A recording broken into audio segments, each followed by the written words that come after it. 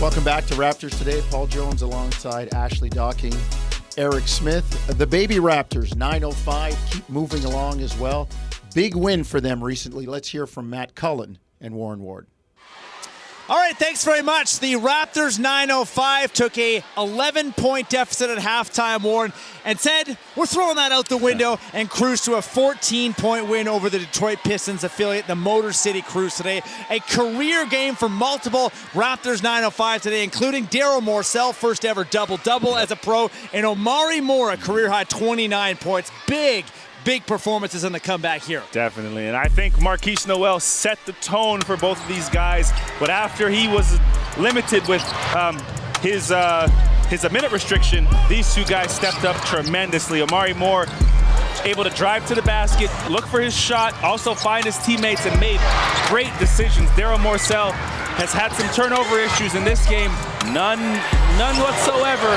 Found a way to be effective, finding his teammates, finding his own offense, and look to be aggressive and coming off that bench. And I can't stress that enough. Both these guys attacking downhill every single possession that they had, and it was an impressive performance for both of them. And I think it goes a long way for their confidence. It sure does, ending this season on Friday against the same team. But a big reason why the 905 were able to come back in this game, Warren, offensive rebounding, 17 in the game, and Motor City, one of the better teams in this league at limiting the offensive board. So the 905 really hustled it there. Definitely. They only give up around 13 a game, but the 905 were relentless on the glass again, and this is part of the aggression. So getting downhill, Daryl Morcell again, making his presence felt.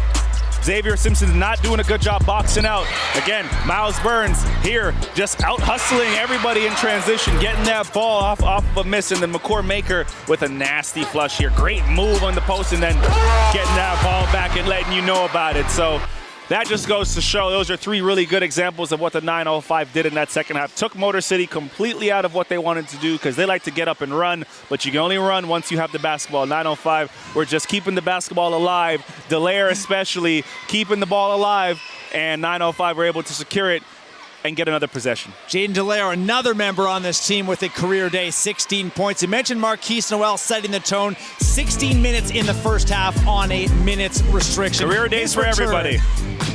All right, Motor City, Raptors 905. Why don't we run it back and do it all over again at 7:30 p.m. Eastern tip-off at the Paramount Fine Food Center. All right, back to you. All right, Raptors 905 providing extra players for the big Raptors. And there's a trickle-down because it hurts, in a sense, their team. I mean, the ultimate is to be in the NBA, and they send those guys up. But now they're playing without some of their best players. So the injuries, the issues with the big team roll all the way down the hill. And listen, we've all seen how great Raptors 905 has been for the development of the big team. You think about the championship year, and Eric, you and I do it all the time on the radio. We reel off all the guys with Fred and Pascal and Norm and all these guys that DeLon Wright, they all developed in 905 and helped the big team. But now you've got guys coming up from 905 trying to do it in the big leagues, and it's the situation, the type of development, I would say, Ashley, is very different. Yeah. Eric? Well, to me, the biggest thing that stands out is, Jonesy, you've got guys now, like, let's just look at last night. Let's look at the last couple of weeks. Guys that would be playing against probably second units predominantly. Right. And or playing against third units in garbage time, in mop-up time and whatnot in the fourth quarter. They're now starting against all-stars and teams that are trying to jockey for playoff positions and seedings and everything else. That's a major difference with due respect. Well, look at this. Look at the Raptors' schedule coming up, right? Oh, yeah. Like you've got Philly, the Lakers, Minnesota, Milwaukee. Like it just like, and they're looking at Toronto like, hey, we need that and win. And 3/5 of your starting lineup, if not 4/5 now, depending on what happens with Ochai, is probably guys that would have been playing with 905. Yeah.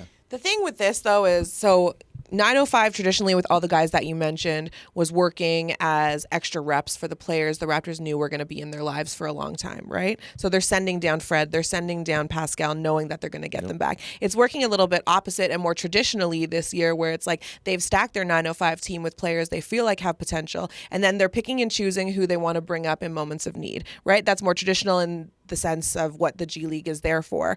But what I would say is that now these players who are getting an exceptional opportunity, are you ready to put up?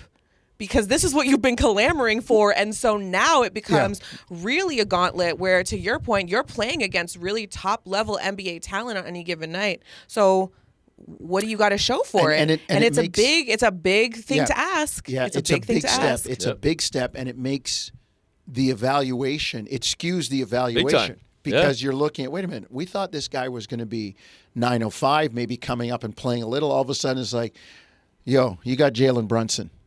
You know? Next game, Tyrese Maxey, that's you. Like, it's tough on these guys, and it makes their development, you've really got to evaluate it, to me, Eric, in a different light. I think you absolutely do. I think it's a great point, Jonesy, when you think about who they're going against versus who they would have been going against. And then I also think of, like, say a guy like DJ Carton that comes up and shows some little flashes right away, and then he gets hurt as well. So then you start thinking, like, you can't sit here and do the woulda, coulda. Well, if I had stayed in 905, I wouldn't have been in that game, and then I wouldn't have got hurt, and I could have still excelled. But how much does even that hurt? You get a chance to finally get on the big stage, to finally go prove yourself. Heartbreaking. And now you get hurt on top of that. So now you can't play at either level. And somebody else now is taking the minutes you would have had and moving ahead of you on the depth chart on both levels, in a sense. It really makes things difficult. And I don't want to get too far off the topic here, but a buddy of mine we have this argument every year around this time too when it comes to college basketball. And the NCAA, men's or women, is super exciting, no doubt. But there's a massive difference, in the talent level and the caliber of basketball that is being played at the collegiate level versus the pro level. So I don't want to hear anybody talking to me about the NCAA and, it's better. No, it's not. It's not. It's a hell of a lot worse. It's not even better than the G League. Right. Well, I mean, people talking about, UConn could beat the Detroit Pistons. Are you crazy? No.